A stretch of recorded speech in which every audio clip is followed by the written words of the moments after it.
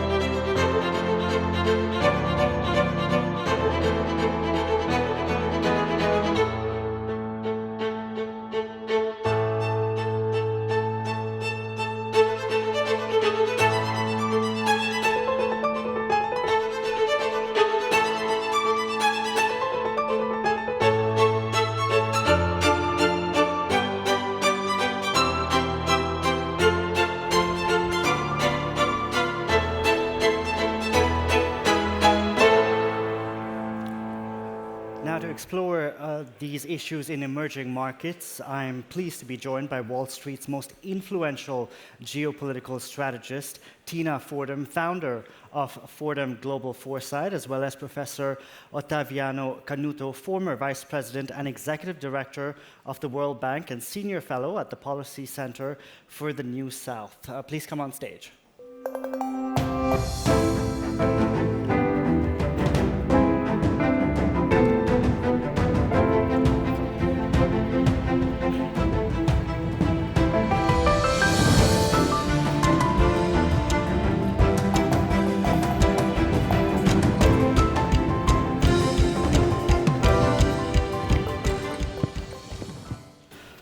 Thank you both. Great to have you here with me now to explore these.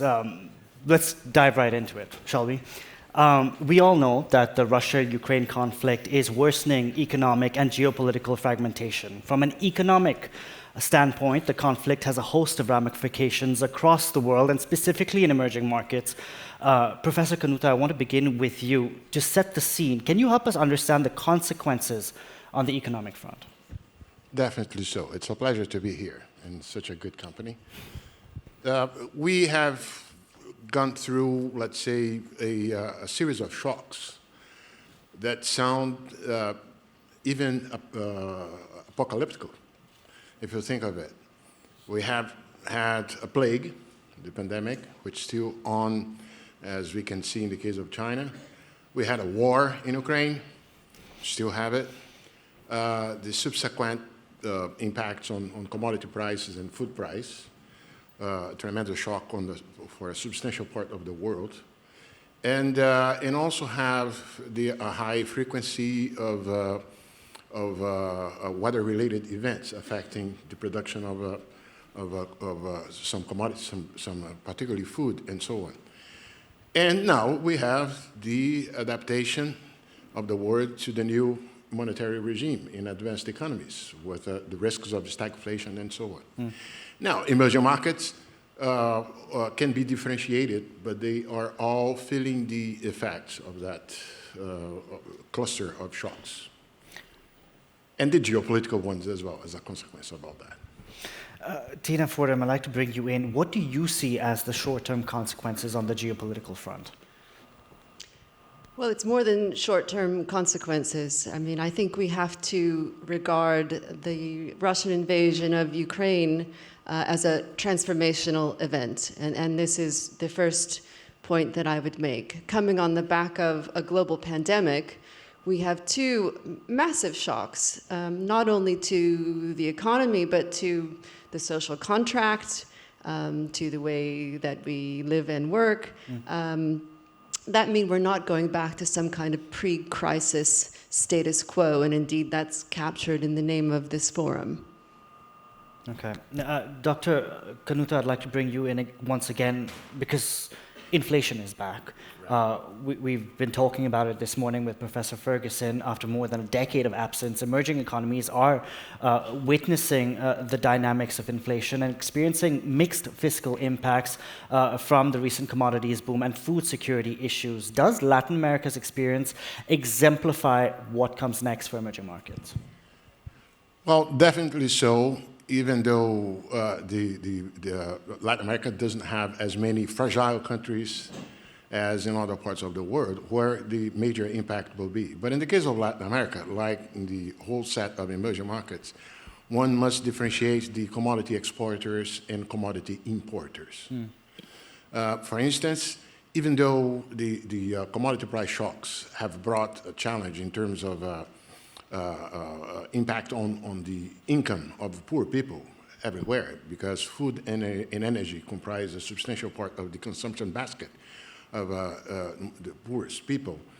But the fact is that the commodity exporters in Latin America are even having their growth forecasts improved slightly. That's the case with Brazil, for instance, but all the others. Whereas the commodity importers are feeling the brunt, the impact of so we have to look at emerging markets on a country-specific base. And this is very complex. Let me give you an example. Morocco is a big exporter of fertilizers, and definitely with the high price attained by fertilizers, you would say, well, Morocco is also benefiting from the commodity price shocks. Fact of the matter is that Morocco is a energy importer and food importer.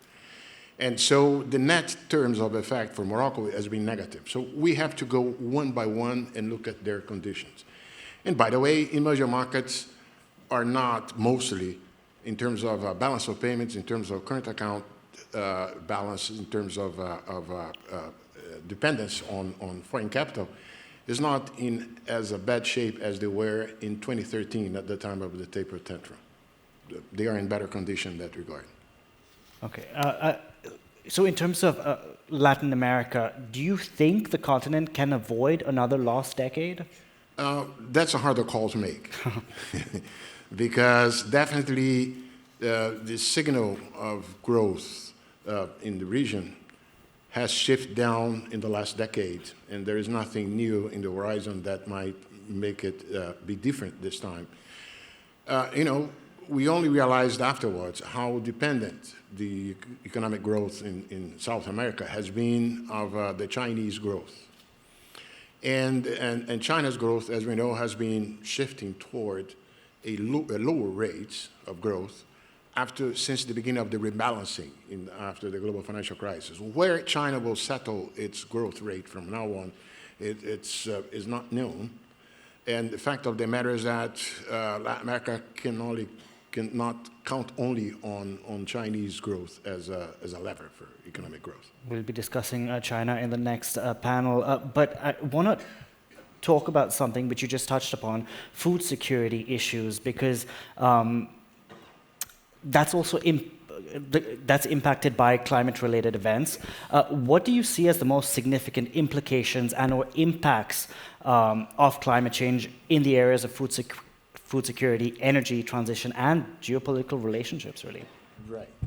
Let me start with the easier one, which is the geopolitical issue. Look, I am among those who believe that the deglobalization will be only in relative terms, in the sense that the rivalry will be exercised particularly in technology sectors and sectors that can be characterized as national security sensitive, not in the rest. The kind of trade adventure that President Trump, for instance, went with China will not tend to be repeated because the pains self-inflicted to the U.S. manufacturing industry with the trade wars were significant enough to not lead people to do the same. But we will have competition on semiconductors, we'll have on data processing and so on. Now, but we still have tariffs in place. Yeah.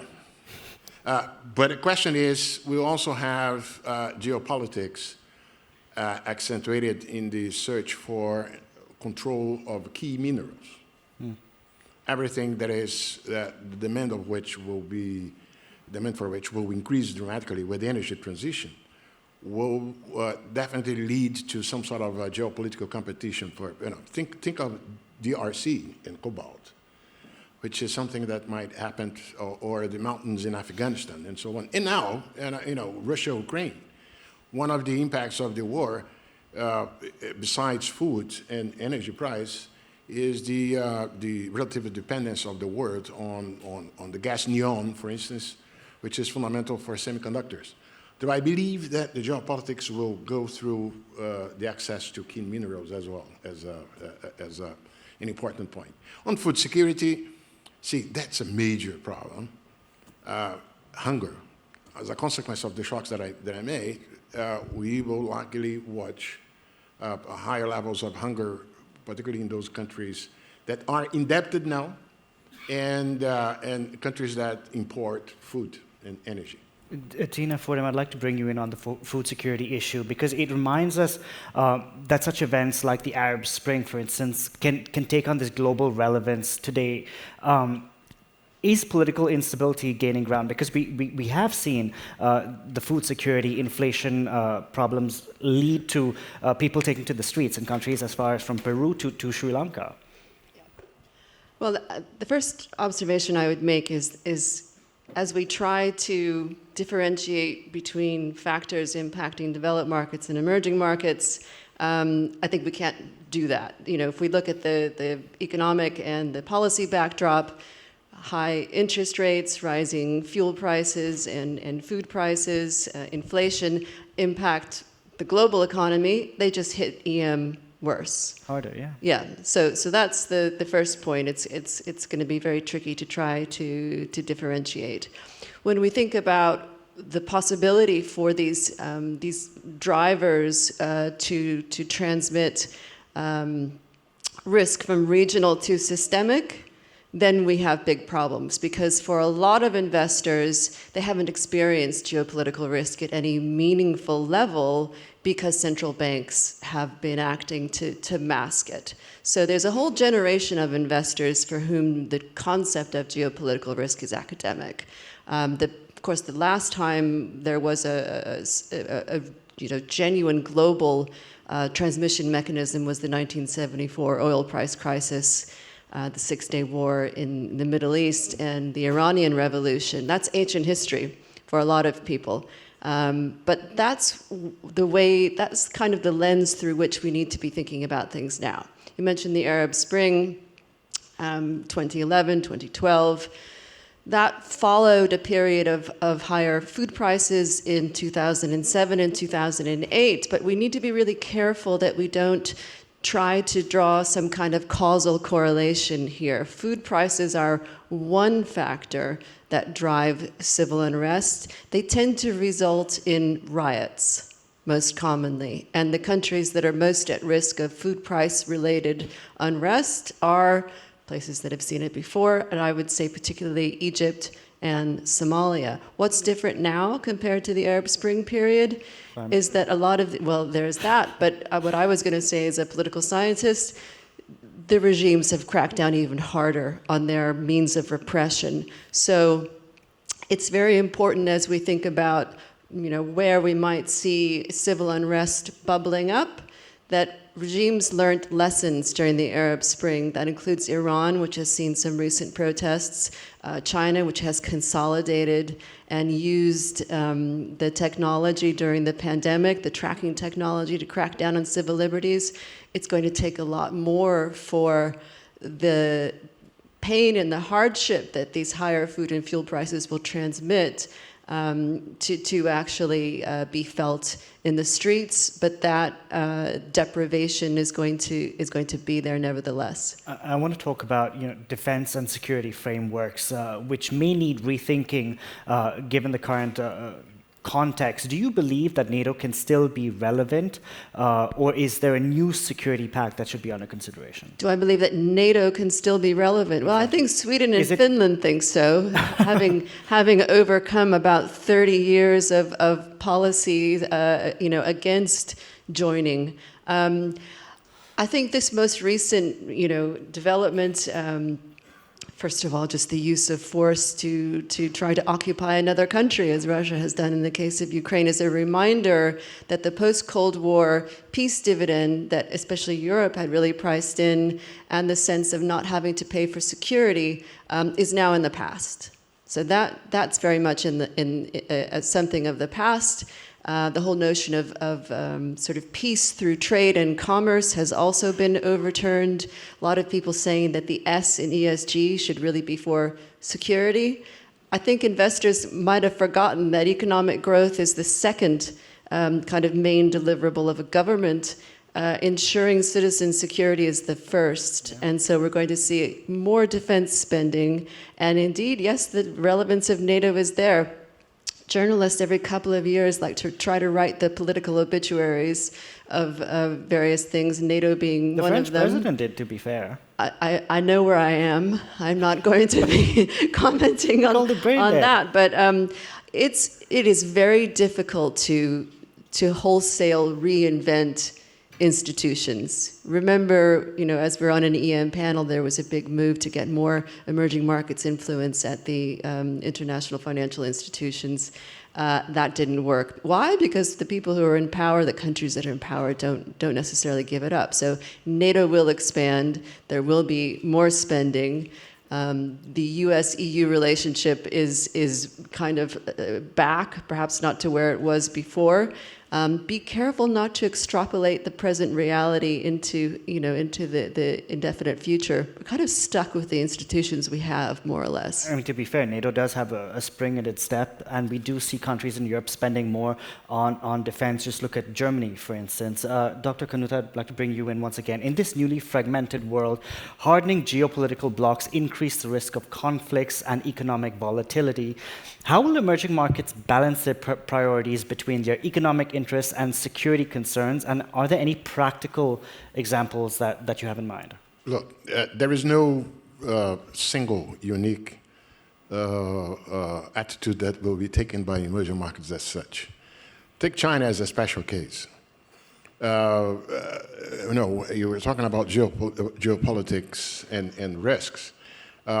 Who would tell 3 months ago that we would watch the capital outflows that we had in China right after the invasion of Ukraine by Russia? Of course, that had to do partially with other stuff, with the crackdown on technology sectors, and also apparently since last week we have watched the return of capital flows to China, but that surprised everyone. But when it comes to the other emerging markets, presumably they will all individually try not to be caught by any peculiar poles of the polarization, because it's not in their interest. All these histories of success in growing up the income on the income ladder by emerging markets so far, they all were cases in which the focus was on domestic accumulation of human capital, on domestic institutional improvement, and so on, and being open. So it's of no interest to any one of these emerging markets to be, let's say, individually caught up by whatever be the pole. So that's going to be the tricky side of their trajectory, not to be pulled down by preference. And that goes from 5G to you name it. Indeed. Now, Tina, Fordham, when you envision the geopolitical landscape in the medium term, do you see emerging and developed blocs becoming less relevant as symbiotic relationships prevail? And if so, what factors do you see driving this process? The whole notion of a bloc just hurts me. I would like to say. I mean, I think all of us who are sort of regional experts don't really buy this to start with. I actually want to bring up one point related to the sort of regional decoupling and everything else, and I think it's a story that's not sufficiently picked up on. I mean, the former Soviet Union is a part of the world I know well. It's important to understand that what's happening there is in part the last, colonial empire trying to maintain its links, its reach into the former satellite states. One interesting possible area for, if we want to call it decoupling, is the Central Asia region. And Kazakhstan is a big emerging market and a petro-state, and one which is very much trying to, it has never wanted to choose between neither Moscow, nor Beijing, nor Washington. That's an interesting possible, I don't want to say model, but example of how a country might try to rebalance its alliances. We also often talk about India in that context. Only one in that region, because I'm thinking of Azerbaijan, who's not far away. And Azerbaijan as well, a country that I've lived in and worked in. So I think we're going to be paying more attention to these sorts of stories. I mean, Kazakhstan has just voted for some changes to its political system. Remember, in the olden days, we used to talk about reforms in emerging markets. We kind of forgot about that. Kazakhstan is doing it. I think Belarus, for example, is another country to watch. So this is one part of the world where the changes in Russia might actually trigger some interesting positive reforms and changes. You mentioned India. I'd like you to expand on that, because India is a particular case. They have close links to a bit of everyone. They've sat on the fence when it comes to this conflict between Russia and Ukraine. What are your thoughts on that? I think it's an eminently practical move by India to wish to balance. I mean, India, like all countries, has its main priorities both domestically and in its neighborhood. And for India, its biggest geopolitical concern is still relations with Pakistan and Kashmir. And who helps with that? Well, Russia's been pretty helpful. Yeah. The US-India relationship has always been a bit wobbly, but India won't want to choose, and India has been working hard to really consolidate its credentials as a global player. I see that the present juncture as an opportunity for India to do that further. Thank you very much, both of you, Tina Fordham and Dr. Canuto. That wraps up this panel discussion. Thank you for your thoughts and your insights.